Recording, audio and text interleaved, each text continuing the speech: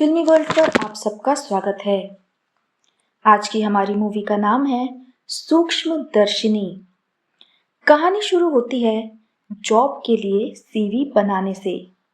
प्रियदर्शिनी, जो माइक्रोबायोलॉजी में एमएससी है, वो अपनी ही एक माइक्रोबायोलॉजिस्ट फ्रेंड के साथ लैब में अपना सीवी अपडेट कर रही है। वो जॉब के लिए एक कंपनी में अप्लाई करना चाह रही है। प्रिया एक हाउसवाइफ है। उसकी 6 साल की बेटी है और उसके पति जॉब करते हैं, जिनका नाम है एंटोनी। ये जिस लोकेलिटी में रहते हैं वहाँ प्रिया का एक व्हाट्सएप ग्रुप है, जिस पर मोहल्ले की सभी लेडीज जुड़ी हुई हैं और आपस में बराबर बातें करती हैं। प्रिया के घर के बगल वाले घर में उस घर का ओनर मैनुअल अपनी माँ के साथ शिफ्ट करता है। उसकी माँ टीचर रह चुकी है, पर अब वो काफ़ी बुजुर्ग हो गई है और उन्हें अल्जाइमर हो गया है, मतलब भूलने की बीमारी। मैनुअल इस घर में बचपन से रहा है, इसलिए मोहल्ले के काफ़ी लोग उसके परिवार को जानते हैं।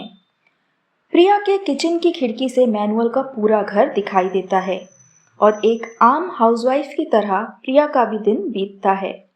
जब उसे माँ जी की बीमारी का पता चलता है, तब वो यकीन ही नहीं करती। उसके पास इसके कई कारण हैं, जैसे समय पर सूखते कपड़ों का उठ जाना, कुकर की सीटी समय पर बंद होना और खुद के रूटीन काम खुद कर लेना। अब मूवी में ऐसा दिखाया जाता है कि मैनुअल अपने कजिन, जो कि एक न्यूरो सर्जन है, और उसके पिता यानी मैनुअल के अंकल के साथ मिलके कुछ प्लान कर रहा है। जैसा दिख रहा है उससे तो यही लगता है कि वो मैनुअल की माँ को खत्म करना चाह रहे हैं। आपस में वो बड़े बड़े कंटेनर्स, अजीब सी मशीन और बोरियां भर कुछ केमिकल्स को मैनुअल के घर रात के 1:30 बजे लाते हुए दिखते हैं। इधर मैनुअल की माँ लापता हो जाती है और कई दिनों तक नहीं मिलती। ये खबर सुन के उसकी बड़ी बहन डायना न्यूजीलैंड से वापस आ जाती है। सब उन्हें मरा हुआ मान लेते हैं और उनकी आत्मा की शांति की प्रार्थना सभा घर पर होती है। प्रार्थना के बाद डायना वापस न्यूजीलैंड के लिए चली जाती है। सभी मोहल्ले वाले उसे विदा करते हैं। माँ जी के खोने की खबर से प्रिया को मैनुअल पर शक होता है। जब उन्हें अल्जाइमर है ही नहीं, तो मैनुअल उन्हें किस बात की दवाई देता है।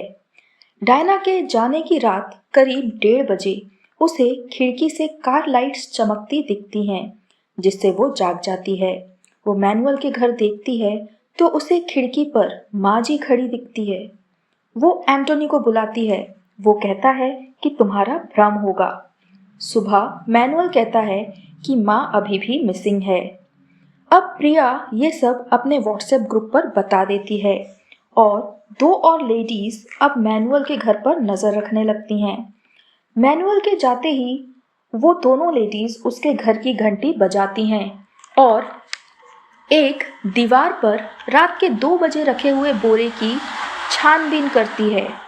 वहां उन्हें ताज़ा किया हुआ पेंट मिलता है। तभी वहां मैनुअल आ जाता है और घर के अंदर से उसका कजिन भी। दोनों लेडीज कुछ बहाना करके वहां से चली जाती हैं। अब मैनुअल अपने कजिन को कहता है कि जो भी करना है जल्दी करो।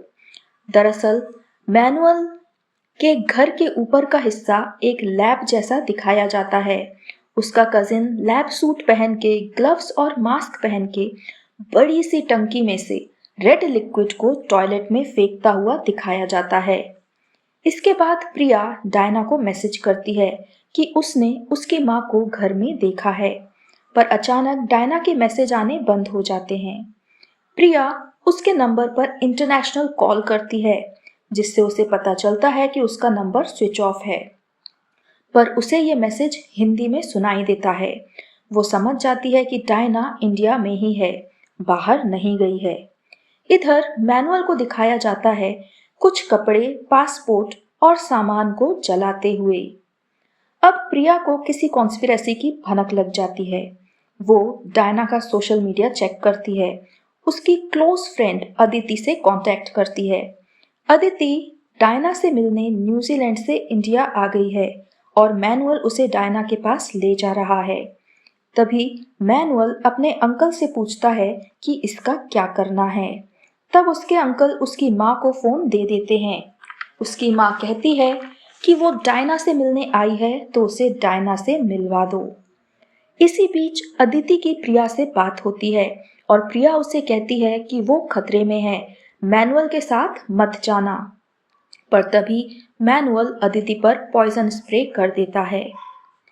अब प्रिया मैनुअल की बेकरी पर जाती है जहां अदिति को मैनुअल लेके आने वाला था, पर वहां कोई भी नहीं आता।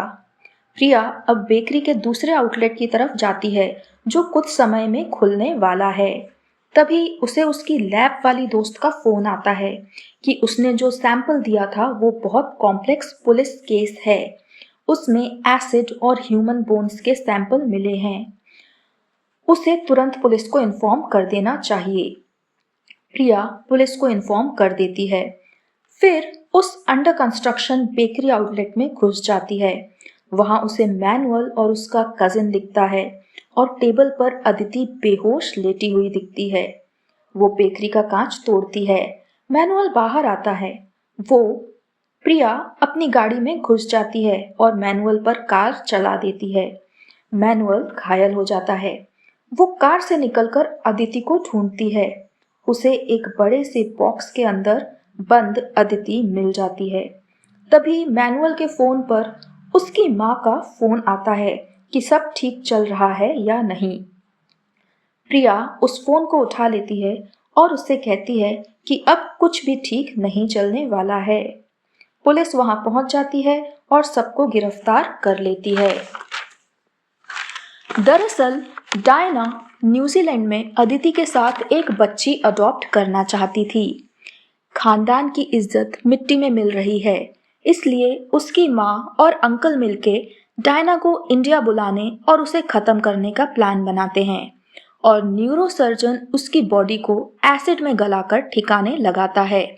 पर पाइप लीक होने के कारण जहां मैनुअल ने ताज़ा पेंट करवाया था, वो पेंट हटा के रेड कलर की दीवार का सैंपल प्रिया ले लेती है और अपनी लैब वाली दोस्त को दे देती है, जिससे इस पूरी साजिश का पर्दाफाश हो जाता है। सूक्ष्मदर्शिनी एक बेहद रोमांचक थ्रिलर है और अंत तक पहुंचते पहुंचते कोई नहीं जान पाता कि जो विक्टिम दिख रहा है दरअसल वो ही कल्प्रिट है।